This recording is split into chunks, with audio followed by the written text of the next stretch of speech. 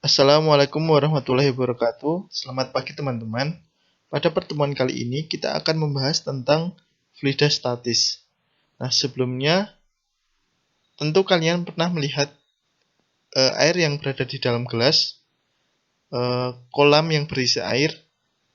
Bagaimanakah keadaan airnya? Tentu diam kan? Nah, hal tersebut merupakan contoh dari fluida statis. Sehingga fluida statis dapat diartikan sebagai fluida yang tidak mengalir atau dalam keadaan diam.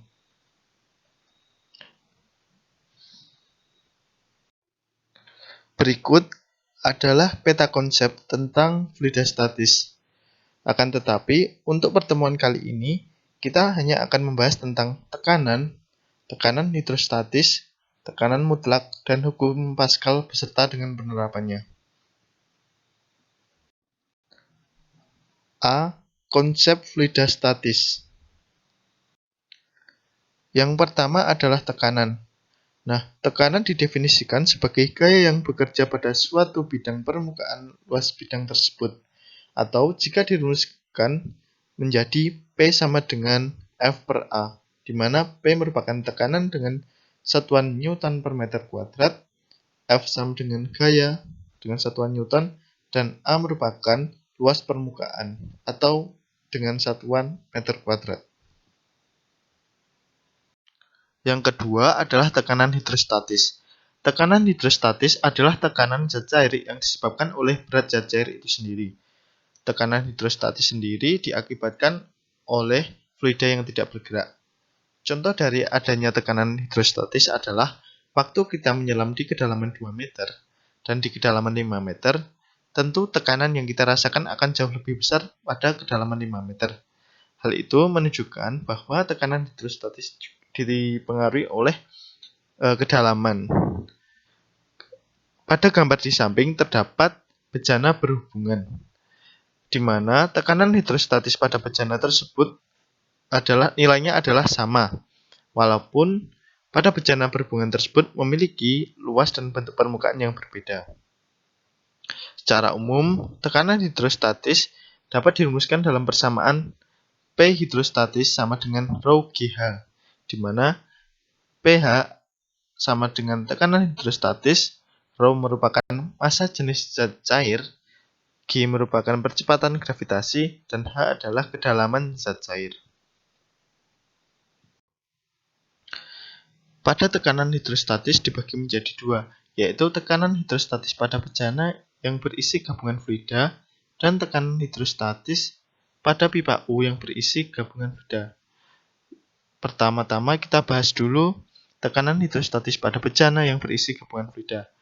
Nah, untuk kasus ini, tekanan hidrostatisnya adalah gabungan dari tekanan hidrostatis fluida 1 dan tekanan hidrostatis fluida 2, atau sigma rho GH.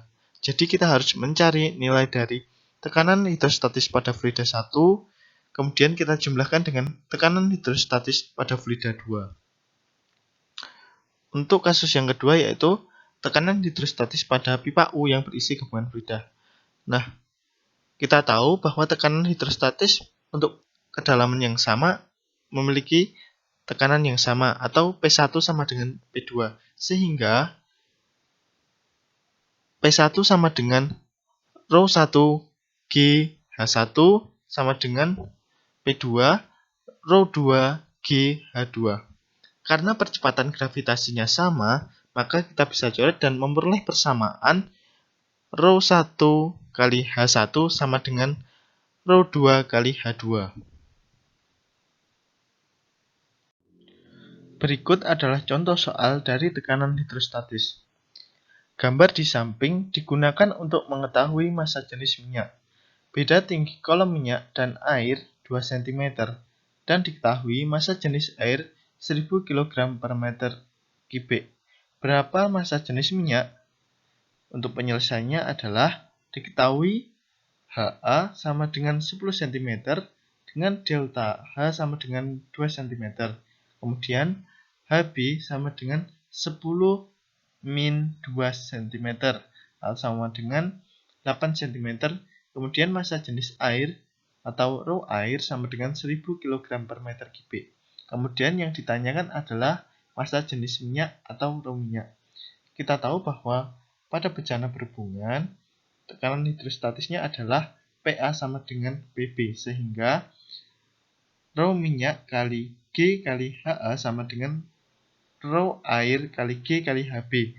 Karena G-nya adalah percepatan gravitasi yang mempunyai nilai sama, sehingga menjadi rho minyak sama dengan HB per HA kali rho air sama dengan 8/10 kali 1000 kg per meter kubik sama dengan 800 kg per meter kubik. Sehingga dapat diketahui bahwa massa jenis minyak adalah 800 kg per meter kubik. Kemudian yang selanjutnya adalah tekanan mutlak.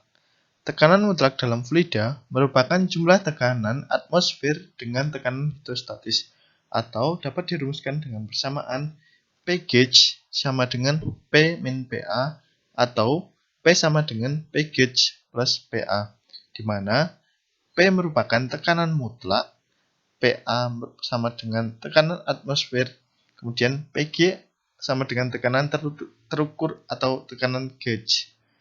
Kemudian kita tahu bahwa P gauge atau tekanan terukur itu dalam fluida merupakan tekanan hidrostatis dengan nilai rho GH, sehingga tekanan mutlak dapat dirumuskan sebagai P sama dengan PA plus rho GH. Selanjutnya adalah hukum Pascal. Bunyi dari hukum Pascal adalah tekanan yang diberikan pada suatu fluida dalam ruang tertutup akan diteruskan tanpa berkurang ke setiap titik dalam fluida dan ke dinding bejana. Nah, di bawah ini merupakan gambar dari konsep pada hukum Pascal. Suatu alat berupa dua tabung yang berhubungan diisi zat cair. Masing-masing tabung berbeda diameternya, ditutup dengan sebuah penghisap atau piston. Penampang piston kecil A1 dan penampang piston besar adalah A2. Ketika piston kecil ditekan dengan gaya F1, tekanan akan disebarkan ke semua arah sama besar, termasuk ke arah piston besar sehingga terangkat ke atas. Secara matematis, persamaan pada hukum Pascal dapat dirumuskan sebagai P1 sama dengan P2 atau F1 per A1 sama dengan F2 per A2. Berikut adalah contoh penerapan dari hukum Pascal. Perhatikan gambar di samping. Diketahui luas penampang piston 1 sama dengan 3 kali luas piston 2. Jika pada piston 1 diberi beban 12 kg, berapakah beban yang harus diberikan pada piston 2 agar sistem dalam keadaan setimbang? Penyelesaiannya adalah diketahui A1 sama dengan 3 kali A2, M1 sama dengan 12 kg. Kemudian yang ditanyakan adalah massa 2 agar sistem setimbang. Untuk menjawabnya, maka berlaku hukum Pascal F1 per A1 sama dengan F2 per A2. Kemudian dapat diuraikan menjadi M1 kali G per A1 sama dengan M2 kali G per A2. Karena nilai G sama, maka dapat dicoret menjadi M1 per A1 sama dengan M2 per A2. Kemudian M2 sama dengan M1 kali A2 per A1. Sehingga 12 kg kali 1 per 3 sama dengan 4 kg. Jadi, beban yang harus diberikan pada piston 2 sebesar 4 kg. B. Penerapan hukum fluida statis. Berikut adalah penerapan hukum Pascal, yaitu pompa hidrolik, dongkrak hidrolik, mesin hidrolik pengangkat mobil, dan rem hidrolik. Nah, paparan tadi merupakan materi dari fluida statis pada bagian 1. Silahkan pelajari kembali, dan jika masih ada yang dibingungkan, boleh ditanyakan. Untuk minggu depan, kita akan lanjutkan dengan materi fluida statis pada bagian 2. Untuk hari ini, saya cukupkan sekian. Kurang lebihnya mohon maaf. Wassalamualaikum warahmatullahi wabarakatuh.